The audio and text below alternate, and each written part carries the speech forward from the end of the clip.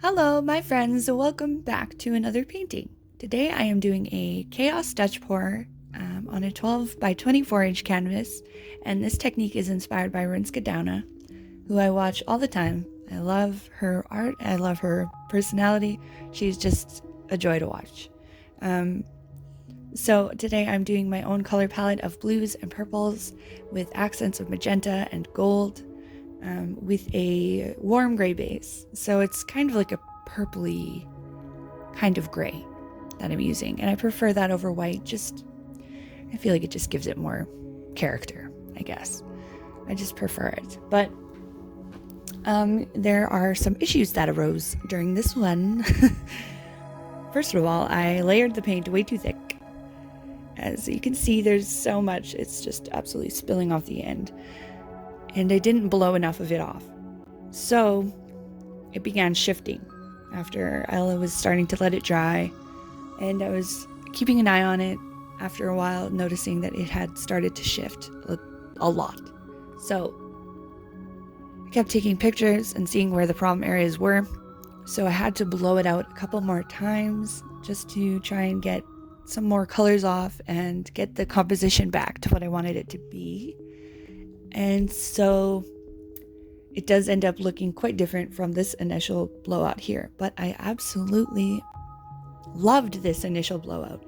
And I'm so sad that it didn't keep its shape, because this worked so perfectly, this first blowout. And I've tried this technique before, but every time I've done it, it hasn't really worked out for me. I've just completely failed at it before. So this time I was so excited. I was like, oh my god, it's so beautiful. There's so much dimension. So that's kind of disappointing. And also the gray base that I used that soft body acrylic by Artist Loft, the white one, again, and I shouldn't have. I thought I could make it more dense. I thought I could make it heavier so it wouldn't create those gray cells in the petals there, but it did.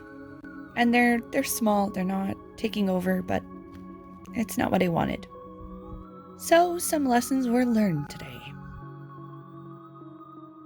I will be trying this technique again and taking these lessons that I learned today into account for next time.